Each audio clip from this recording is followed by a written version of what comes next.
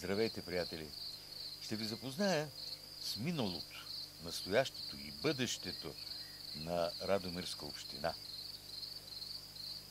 Да тръгваме! Радомир е малък град в Западна България.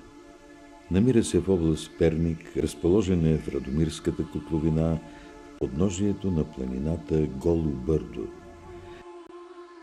Радомир е средновековен град, изграден над праисторическо антично селище и некропол. Историята му можем да проследим през всичките размирни епохи, вплетена в националната съдба. В момента е административен център на Радомирската община. Ще се разходим из някои китни кътчета на Радомирската община, като с вас, приятели, ще срещнем стари познайници, ще чуем нечути истории и ще се нагледаме на забравените кътчета, криещи мистиката на неразказани тайни. Нека нашата разходка започне от южните склонове на планината Черна гора, някъде по северния бряг на язовир Пчелина. Там, разпръснати една до друга, се намират множество махали на село Радибош. Селището се намира на 750 метра над морска височина. Постоянно живеещи в селото са около 30 души. Радибош се е обособило като село в средновековието, като през турското робство е изиграло ролята на религиозно-духовен и просветен център. Съществуването на Радибош през късното средновековие като значително селище е засвидетелствано и от двата християнски култови паметника, изградени през същия период – църквата Света Петка и Радибошкия манастир Света Троица. Сред местните жители се говори, че реставрираната средновековна църква Света Петка е изградена по времето на цар Иван Асен II и според тях е на 800 години. В действителност, споменатата църква е паметник на културата от 16 век с запазени и интересни стенописи. Точната и датировка е спорна. През турското робство е била зарита под земята и чак след освобождението е достроявана до сегашните си размери. Годината на изграждане на храма не е известна, но въз основа на архитектурните данни и стиловите особености на стенописите вътре в него, той е датиран към края на 16 век. Свидетелство за старинността на църквата е и запазеният през годините и открит преди време там ценен книжовен паметник. Една от първите старопечатни книги, издадени, забележете, в българската печатница в Венеция, започнала да работи през 1519 година.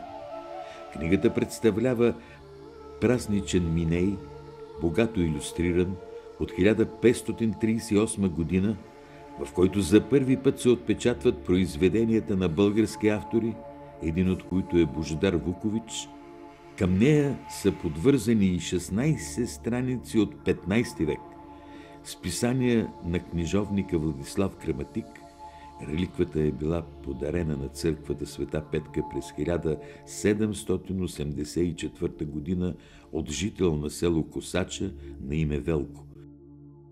По-настоящем Минея се пази в Националния исторически музей София. През 19 век, това е 1847 година, с нарастване на богомолците, които я посещават, църквата е била разширена на запад. Това е периодът, през който тя е била и главен енорийски храм. До края на 20 век, след като е обявена за паметник на културата, на църквата е проведена цялостна реставрация и консервация. Днес Тя е напълно възстановена и периодично действаща. Каноничните отклонения при регистъра на стенописите от източната страна, стиловите особености, живописната техника, както и диалектното предаване на името Свети Григорий подсказват, че тукашната красива средновековна живопис е дело на местни зоографи, отдалечили се до известна степен от официалното за епохата византийско синхронично изкуство. Стените на новата част на храма също са украсени с стенописи, но със своя примитивизъм на изпълнение стоят в художествено отношение далеч по-ниско от старите. Красивият иконостас е дело на Младен Благоев, 1800-1877 година, от Радибош, който е учил резбарство в Света гора. Освен този иконостас, Благоев е работил и по други църкви. В резбите си майсторът е използвал предимно растителни мотиви, птици, херовими. В тълкованието на формите се чувства бароково влияние. Сега църквата Света Петка е реставрирана и добре поддържана, но манастирът тъне в забрава и се руши.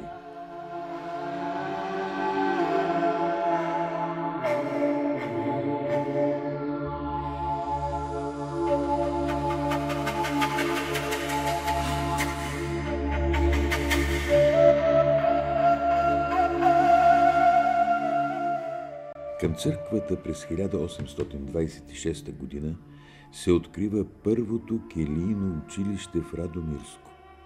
Учителят е мирянин Радия Вилаецки от село Върба. Към средата на века в храма е свещенодействал поп Михаил, който е бил и учител. Училището е функционирало до 1965 година. Според местни предания, последното през 1870 година отсяда Васил Левски и основава революционен комитет.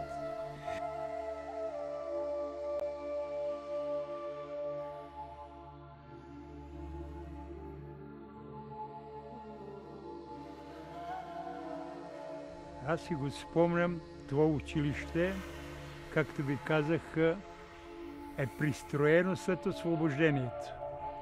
С две стаи, едно коридорче и една учителска стая. През 80-те години на 20 век е реставрирано, изградена е малка експозиция за историята на църквата, училището и родовете в селото.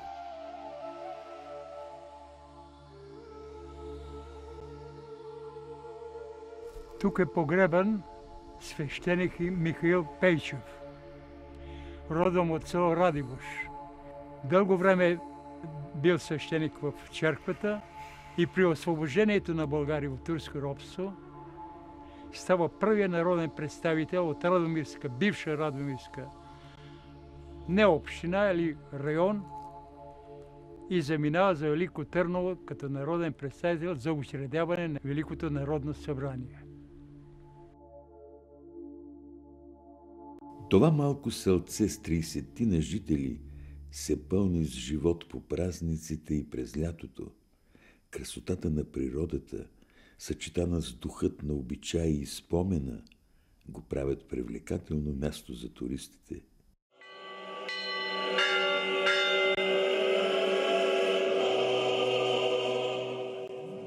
Един от традиционните празници в селото е Спасовден. Възнесение Господне, Възнесение Христово или Спасовден е християнски празник. Той празнува момента, в който Исус Христос се възкачва на небето. Празникът е подвижен и се отбелязва 40 дена след Възкресението. Винаги се пада в четвъртък, 39 дена след първия ден на Великден. На български празникът се казва Спасовден, произлиза от спасение. В народните вярвания нощта срещу Спасовден е лечебна и болните ходят за росен, лягат до цветето и поставят до главата си някакъв дар за русалките лечителки. Според народните схващания, На този ден Господ прибира душите на всички покойници, които е пуснал на свобода сред хората на Велики четвъртък. Затова жените отиват рано сутринта на гробищата, раздават варено жито и хляб за своите мъртви и, забележете, разстилат с орехови листа гробовете им. Така смятат, че им правят сянка на ония свят. Но паралелно с този християнски смисъл, народното вярване приписва на този момент и друга спасителна сила. Вярва се, че на Спасов ден болните могат да се излекуват, ако преспят на поляна, където расте билката росен, води ги тяхен близък, който се уважава като побратим или като посестрима на болния. Казват, че в тази нощ русалките минават да оберат цвечетата на росена, за да се накичат с тях. Това ги развеселява, те стават помилостиви към хората и ги лекуват.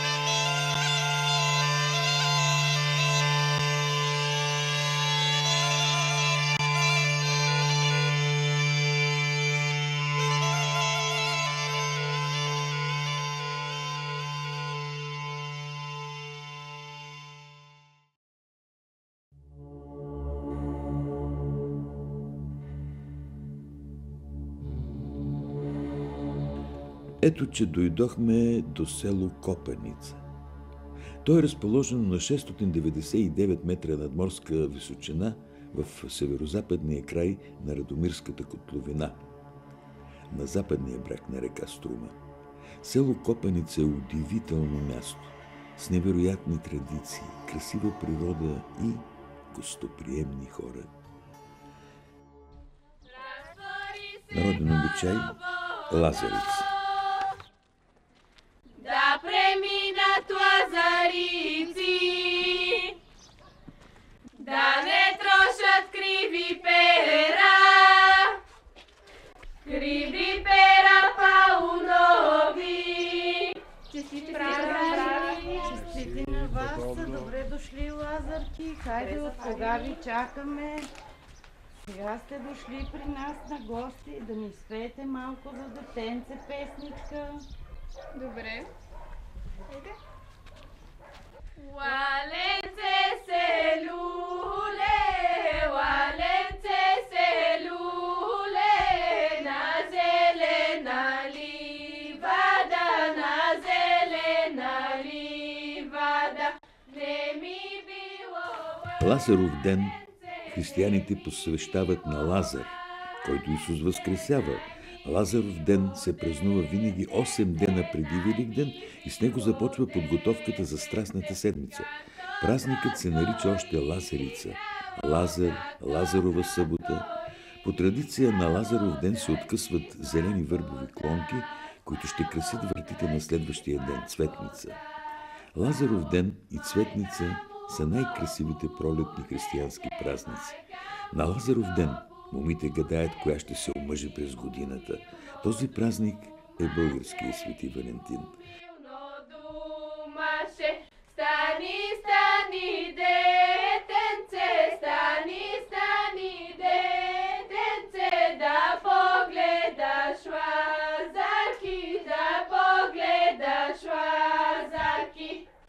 Браво! А сега да ни спеете още една песен за мама имаме вкъщи. Вила мама Лазаре, зелен венец, на венеца Лазаре пъстра китка. В народния обичай лазаруване се включват момичета на възраст от 6 до 12 години, лазарки. Те се сбират на групи от 6-7. 4 от тях са певици, 2 са шлеталици, танцорки и една комица.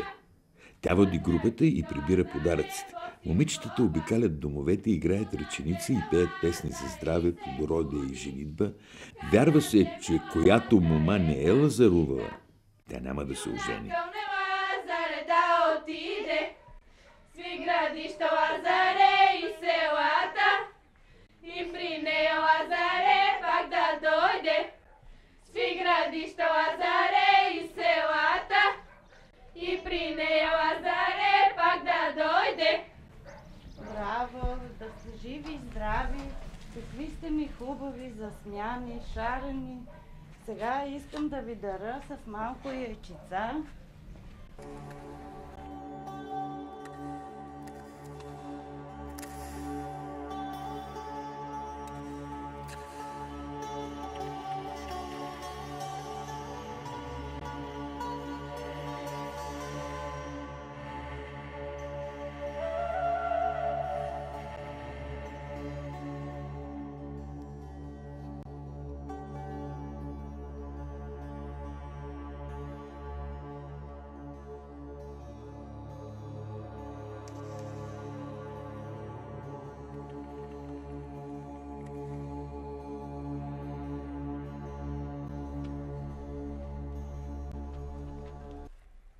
Айде сега да изпеем за бабата.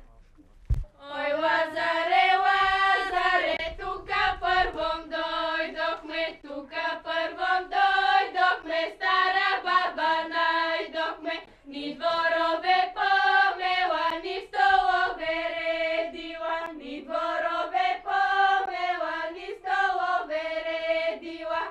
Благодаря ви, момиченца. Какви сте хубави и засмени лазарки. Хайде сега тръгвайте в съседите, че и там ви чакат. Благодаря. Довиждане. Довиждане. До година пак да дойдете. Ще дойдем. Разтвори се гороводо. Нека оставим лазарките да посетят съседните си с пожелания за здраве и берекет, а ние с вас да се отправим към село Извор.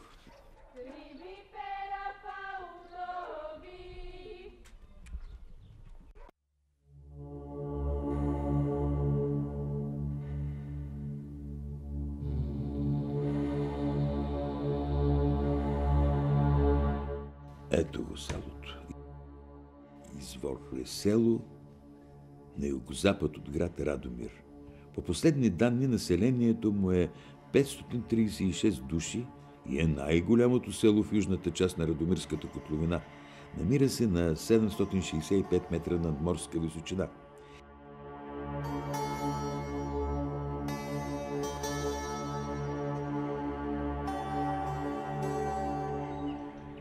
И ето, че като видяхме толкова хубавини, дойдохме в село Извор. Ама то наистина приказно село. Защото тук хората са истински, което е най-важното. И аз се запознах тук с една истинска жена, Магдалена. Не Мария Магдалена, нали? Не. Магдалена. Да. Виж какво хубаво име. Магдалена.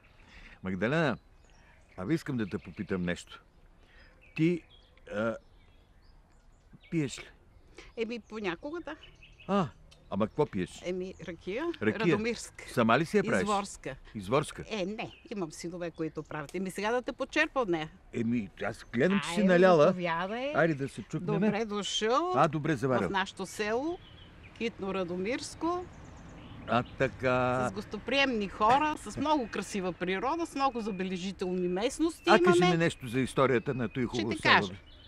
Пийни. Много хубаво, бе.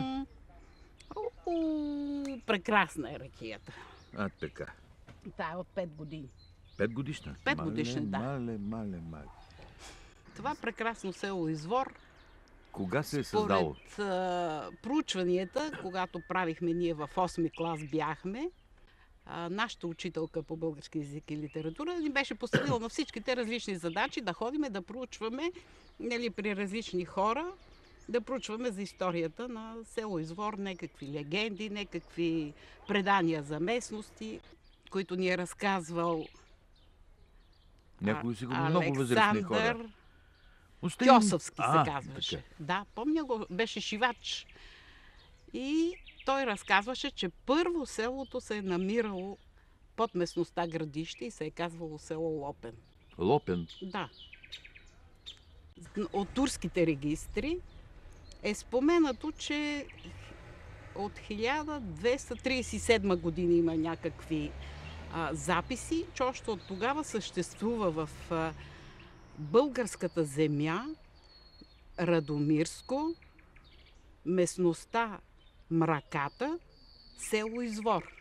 После е имало Канджулица, дето е днешната гара Александър Димитров, е било селище също.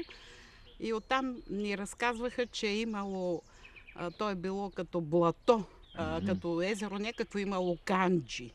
Някакви лодки, които са се придвижвали хората от единия брак до другия и затова е останало после това наименование Канджулица.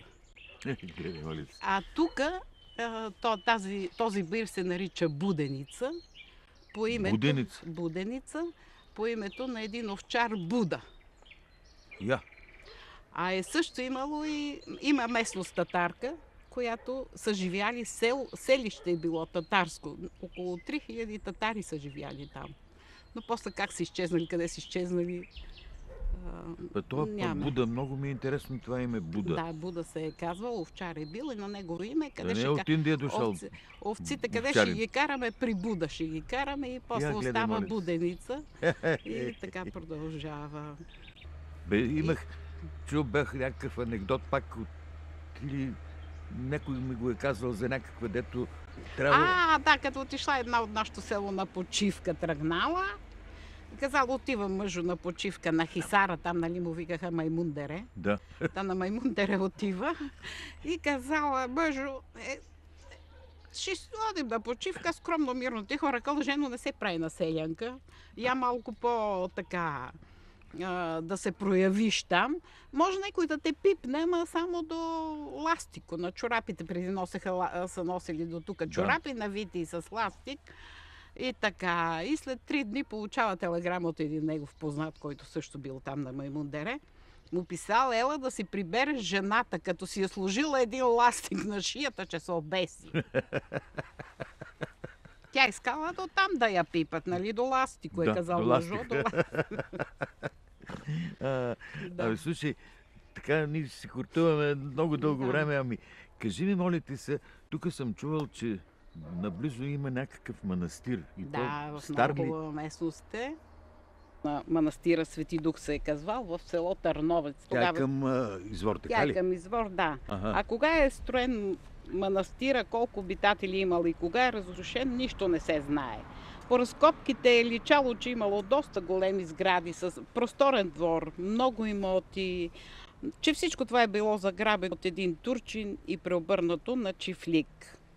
И до 1876 година некъде съм чувала, че е съществувало развалини от този манастир, само източната част от храма, Светия олтар. Личела неразрушена, а другите сгради около него всичко било разрушено, но от турците е било.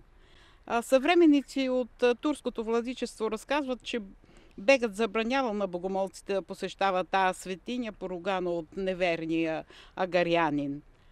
Така еднъж бегът заповедал да вдигнат няколко камъни от манастира и ги поставил в дома му за стъпала.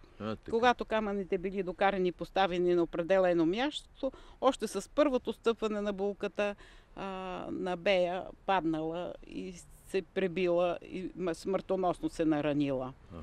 Да. Това станало причина да върне камъните в манастира.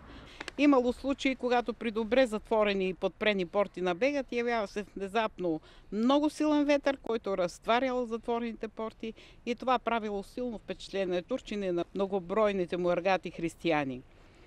За да внуши Бог на турчина, че това място е свето и трябва да се почита, явил му се на сън и заповедал, че трябва и бегът да ходи на манастир и да пали кандил в храма, което не сторил тутък си, но това го постоянно безпокояло и не му давало спокойствие и сън.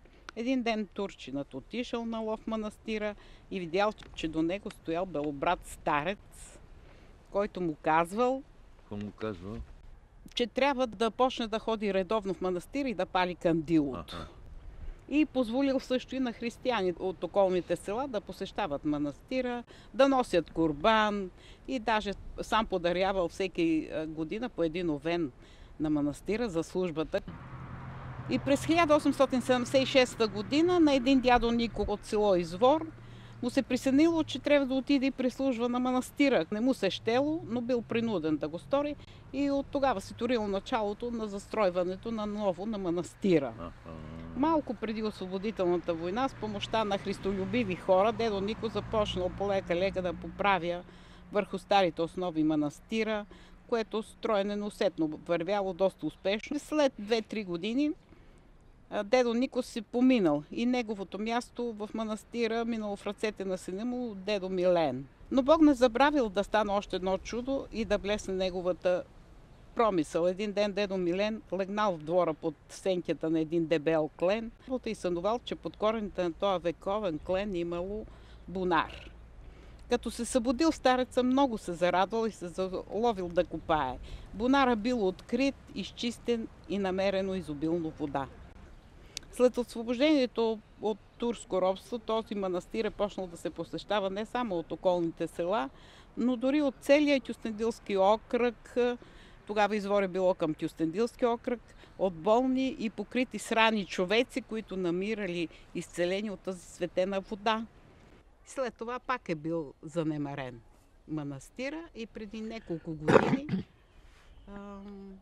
по инициатива на местни хора започнаха да го възстановяват отново и сега е възстановен.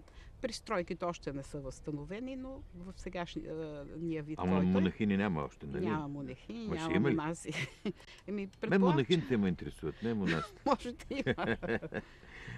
Но Слушай, ти си толкова сладкодумна, че ако този кладенец беше истински, ще я ти напия водата. Ама дай да си пиеме ракията. Айде, Аз не мога да... да се се съсредоточим, нарадвам. А, на здраве. Да си спомниме как е било. Че хубаво. Страшна е ракията. Имаш ли стока? Отглеждаш ли нещо? Прасенца, агънца или какво? Отглеждаме Какво? птици. Птици. В момента си ми съдират кочината по европейската програма. Прасета или не? Или пак птици? Кокошки, отглеждани щастливи кокошки. Ти си щастлива работа.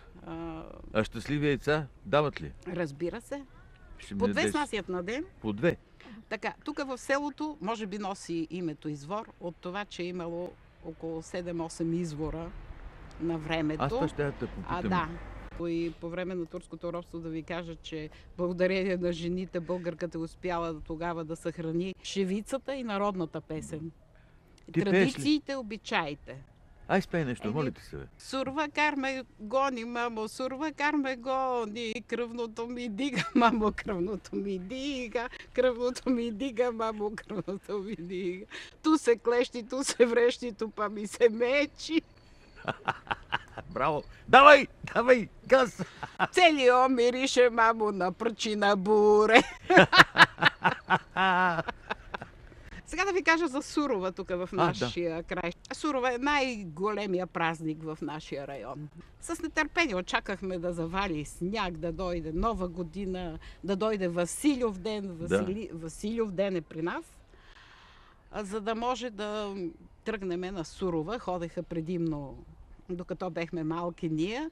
Чакахме вкъщи, имах чичовци, ергени беха, от махалата всички други. И стават и отиват, баба им приготвяше торбичките. А в турбетата какво имаш? Торбичките ги носят и хората ги даряват след това празни турби, да ги напълнат с суровачките, украсени с вълнени конци, с пукани и ходят от къща на къща. Стопанина и стопанката ги посрещат, отварят им да ги суровакат, сурва, весела година, до година до Амина, там ги поздравят, но обикновено се обличат, има булка, нали, невеста, младоженят, куми, кумица, циганка има, мечкар с мечка и с мече. Мечкаро и мечката ходят.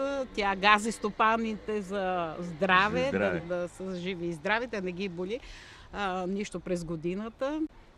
Тогава ги суровакат, благопожелават им да са живи, да са здрави, да са весели, работливи през цялата година, да има много берекет, да са пълни къщите с деца, да са пълни хамбарите с жито, да са пълни егреците с овце и кошарите с крави и теленца.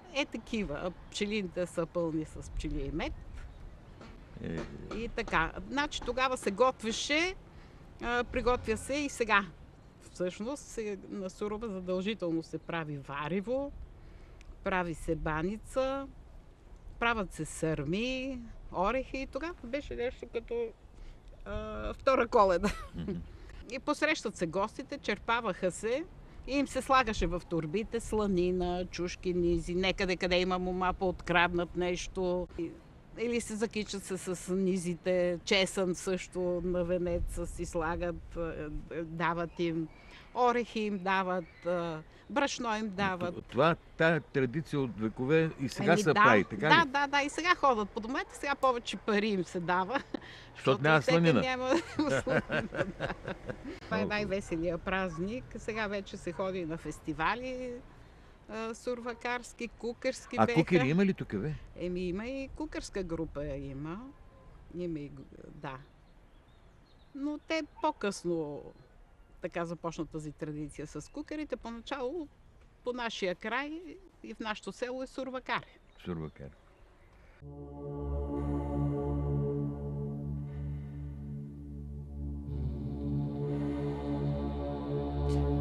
Прибой е от пръснатия тип селища. Няколкото му махали са разпределени из южните склонове на предпланинските възвишения на Черна гора при средна надморска височина от 580 метра. Населението на селото е около 200 жители. Край река Струма, на около 2 километра преди тя да се влее в язовир Пчелина. Бай Захари, много съм щастлив да се запозная с тебе. Искам да те попитам нещо. Аз за първи път съм в Радомир и съм удивен, че в Радомир и около Радомир има такива неща, които ние не знаем. Ето аз попаднах в това китно селце, Прибой се казва. Кажи ми, знаеш ли защо се казва това село Прибой? Да. Нещо с боя, ама Прибой... Някога, значи, Радомирската котловина е било езеро. И в това езеро, значи, когато идва много вода, тогава един от бреговете се откъсва и Струма прави пробой и определя посоката на своето корито, което е до днешни дни. На 100 метра от нас се намира река Струма. Това е едната версия. Като питат някой къде отиваш, той каза Прибоя, където е откъснала Струма. Селото обаче има друга версия, че се слави с много хубави моми. И най-хубавата от тях се казала Бойка. Но те галевно я казвали Боя. И като питат някой къде отиваш, той казва отивам да видя Боя. Другия вариант. Селото е било много будно и непокорно. Не се е подчинявало на турските изверства и когато си идвали тук да правят най-различни лоши неща на хората, са слагали на горещени вериги на вратовете им, за да им дадат богатството, което притежават. И тогава една много буйна девойка, равна на примерно на Бенковски, който създавах в ръката тъчета, и като ги идва, хваща турците и с една брадва им режат главите на всички. Те я подгонили, отива горе в планината, по тука посока, и горе се намира връх Лалето се казва. На поляната отдолу я съсичат с секира. И като питат някой къде отиваш, каза пак Прибоя. И оттам е името... Мен първата ми харесва най-много, да ти кажа. Да. Сега искам да издам една тайна, и това съм научил, че ти си кореняк прибоец. И че той място тук всичко е твое и че си подарил това място, за да се направи този чудесен параклис. Да, това е верно. Това място тук, включително и водата от бунара, и отчуждиха тук нашия дойчан имахме с етаж, за да се спът, значи, хотел. Отдолу, значи, бакалница и задоволявахме интересите на цялото село. Те беха на дедо ми Захари Данкин. Обаче всичко идва, за да си отиде. Те си отидаха, остана това място и аз исках да го направим свещено. Нали? И реших да извадим един проект. На този проект да вземем, да направим един параклис. И един мой съученик, който не беше идвал от 50 години, дойде и каза така: аз имам пари да го направим, ти извади проект. Проекта го извадих от главния архитект на Перник, каза се Петър Огнянов. Ще направим първата копка на една светиня. Параклиса Свети Петър, който ще бъде символ на вярата на хората в историята на нашето село, на който вратите ще бъдат отворени за всеки, който дойде и може да влезе вътре с искрена молитва да запали църковната свещ, чиста и свята жертва пред Божия олтар. Забих колцата ти му казах и той дойде и го направи. Браво. И това е една светиня за Прибой.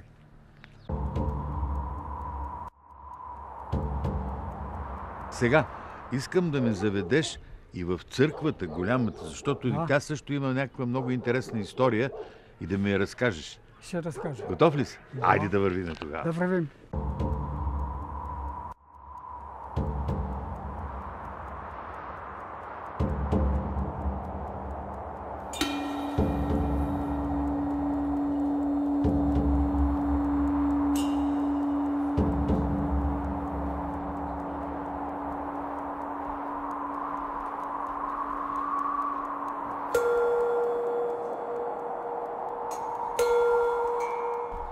Бай Захари, искам да ти кажа, че ти си една находка. Доведе ме тук до църквата Света Богородица. Църквата, това е богочовешки организъм, общество от хора с таинствен и благодатен живот. И това се е насадило в жителите на село Прибой. И се прави на 3 етапа. Най-напред първият етап, там малкото, което е било, след това второто, и третия етап се строи лично от хората в село Прибой.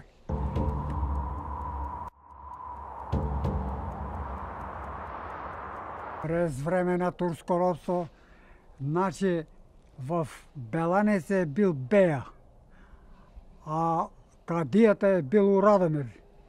И Бея тук е наредил Прибой, Беланеца, Посърнеца, да се разтурат всички християнски черкви, като е оставил само да има в Прибой с 2 свещеници. И решава Бея в Радомир да развали черквата. Тогава той вика, остава 2 свещеници, които са обслужвали целия район. И като ги викат тамо на Велик ден, именно по тия дни, той ги вика на печено агне. И казва: или ще ядете от агнето на свещениците, или ще ви обезглава и ще ви разваля черквата. И тогава единия е ял, а другия не. Това, дето е ял, са му отрезали главата и когато правиха разкопките тук за черквата, извадиха ковчега на този свещеник, така както е на другите погребени до черквата, на който главата беше поставена в краката му. Това показва, че той е свещеника, който са го обезглавили. Тук по този свещен двор се е сложен и има малък знак паметник. Гледай, моля ти се, какви неща. Никога не съм си представил, че дори и в такива малки селища има такава история, българска, история, интересна и богата. Да. Ти си цяла енциклопедия, бе, човек.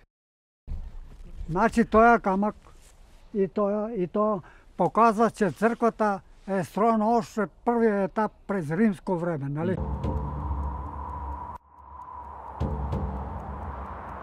Самата местност се е използвала още от римско време. Тук е било оброчище. Има кръст, който се предполага, че е поставен от богомилите в едно оброчище. Самия параклис е направен и самите фрески в самия параклис подсказва, че е направен около 1202-1220 година. От тогава датират и самите фрески.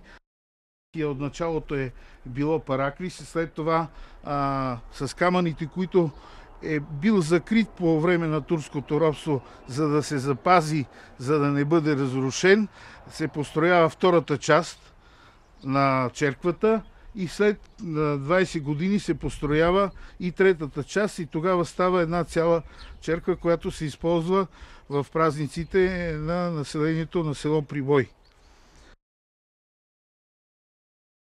Господа нашего Исуса Христа и люби Бога и Отца и причастие Святого Духа, буди со всеми. Амин.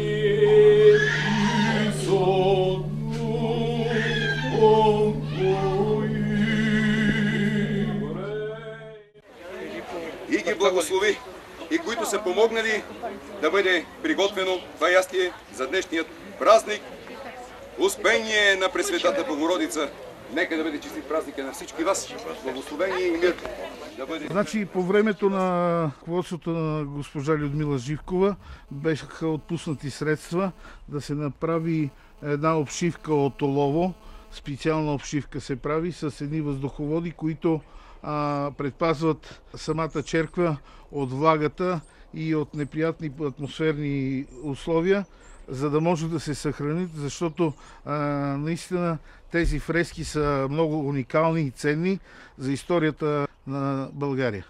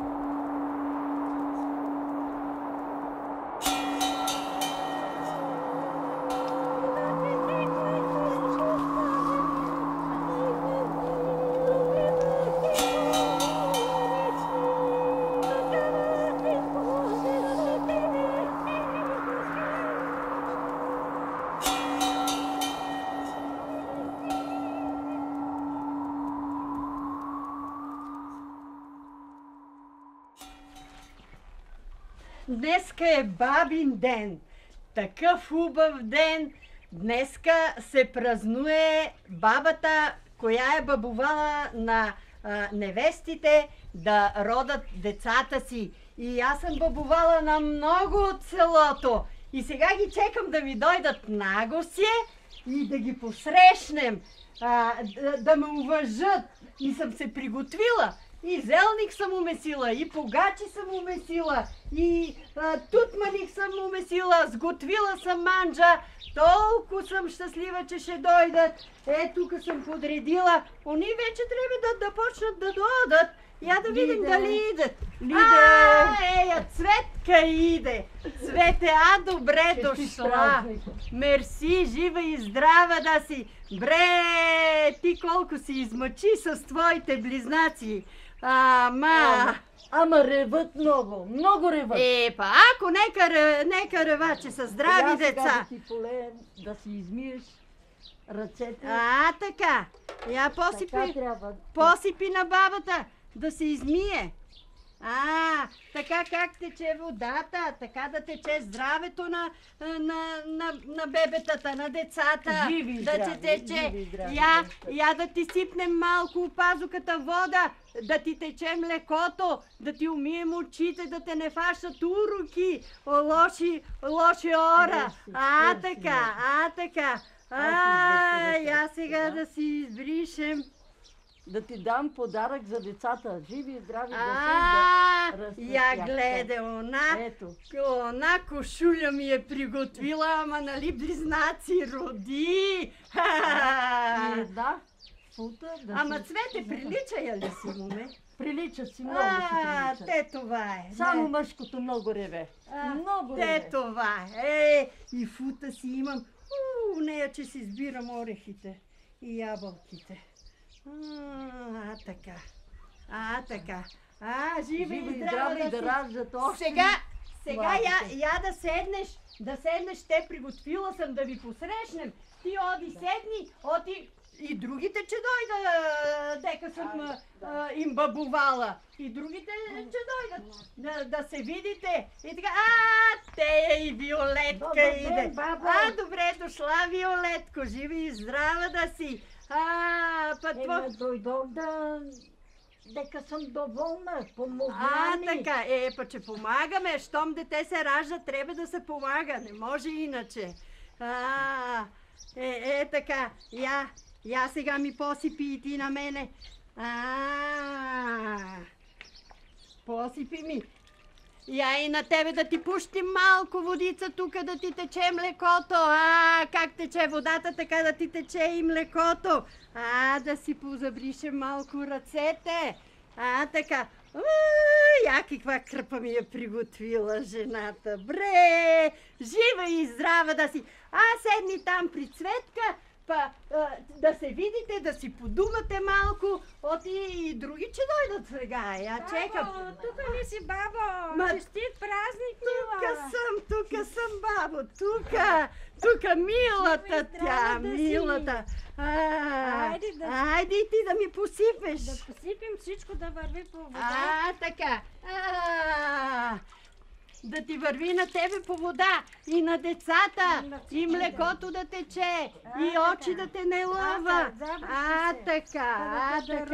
Да дойдем всичко да е пълно, ровно, торбата винаги да е пълна. Така, от тая торба, че си носим баницата с тепсията. Пойдем. Наго си е. Така, я сега да седнеш при другите, после, че се видиме пак, Тея и Марика иде. Честит празник, бабо. Мерси, жива и здрава да си.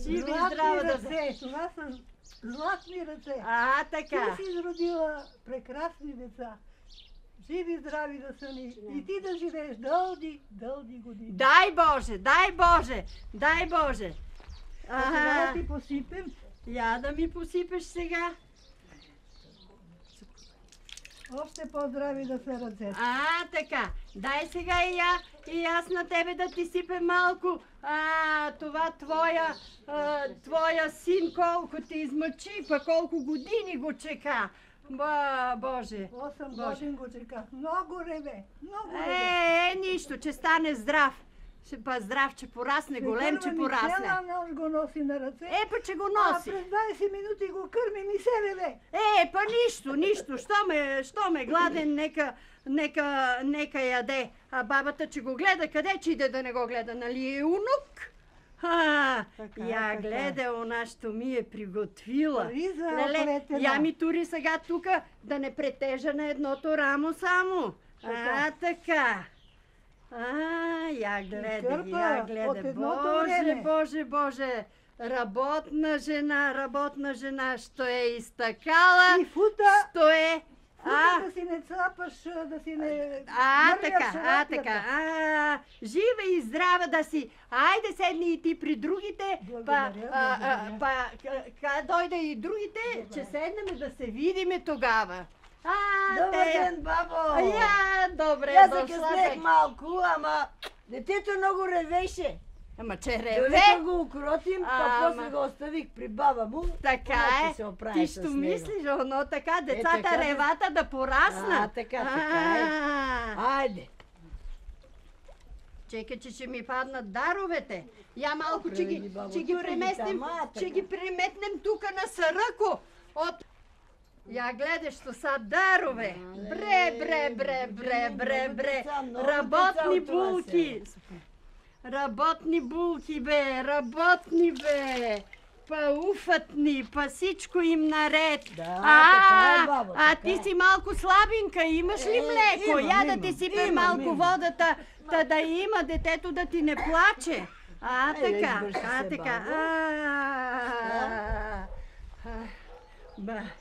Аз съм ти приготвила една фута тук. Така. Като готвиш. Па кога може и да изткаш, моме, кога дете гледа, кога и фута изтка. И още ще изгледам, Ще изгледаш. Седни, тук съм ви приготвила. Приготвила съм ви. Да ви посрещам. Те го иде, най-младото иде. Добре дошла.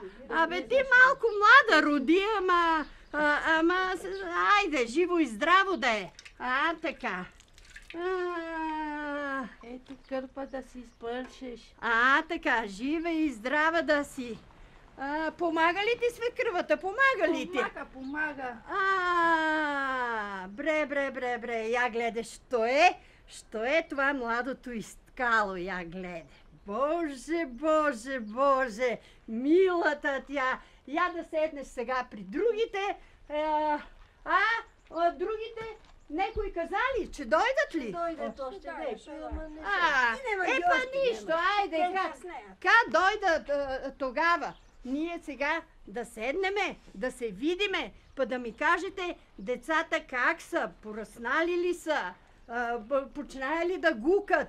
Я да видиме сега. Я баба сега. Много ми е мило, дека дойдохте, дека ме почетохте и ме уважихте. Живи и здрави да сте. И децата да са ви живи и здрави. Я да ви сипнем по една чаша ракийка да пинете. Да си пинеме, да си апнеме. Оти баба се е подготвила. Цела нощ съм се шетала. То се вижда, че цяла нощ. Нали? Колко работи си приготвила. Баба всичко може. Щом бабу е на децата, може и зелник да меси, може и погачи да меси, и тутманици, и някои по-модерни работи. Да помагаш на родилките. Така. Да си жива и здрава и все така да насрещаш. И вие да сте живи и здрави. И все така усмихната. Мила. Кога се раждая деца, бабите са усмихнати. И това е живота. Децата е живота. Я да видим сега на сите си пахливи. Имате ли си сите? Я тук да оставим бърдучето. Айде на здраве. Айде, добре сте ми дошли. Айде, пинете. Живи и здрави всичките. Айде да си пинеме. Да си пинеме малко.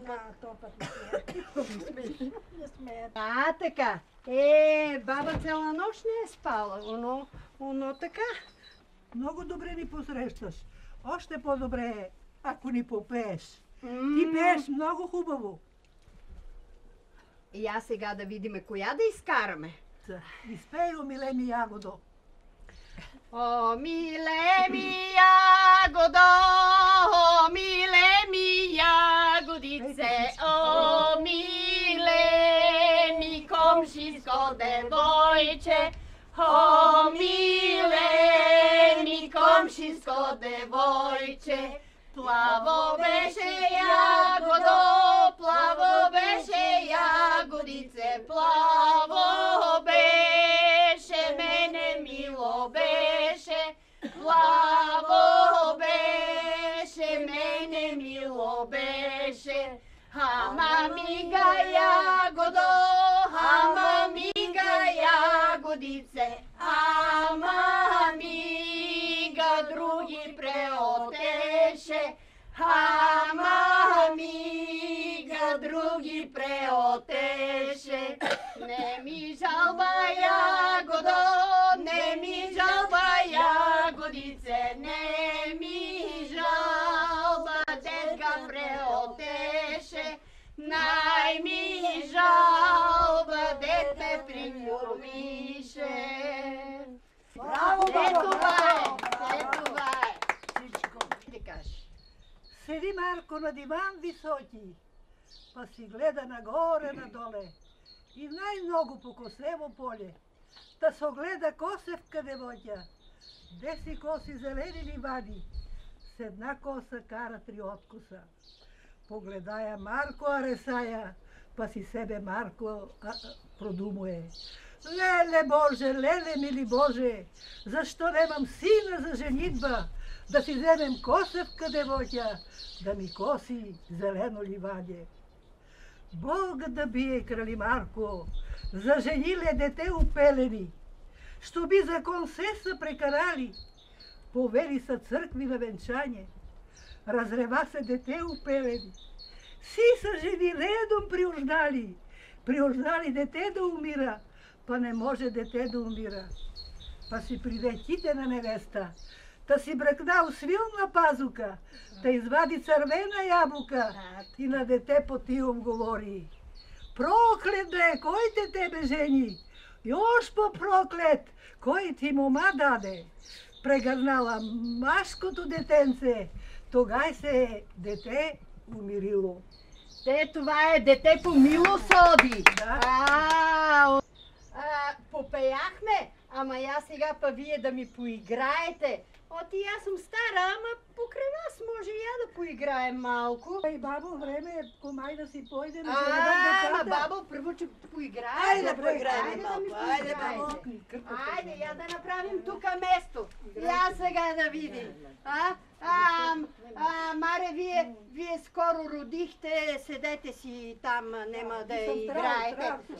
Я сега, Мари бабо гърбава, има щерка хубава. Мари бабо гърбава, има щерка хубава. Дай ми я бабо, дай, да станеме роднина. Дай ми я бабо, дай, да станеме роднина.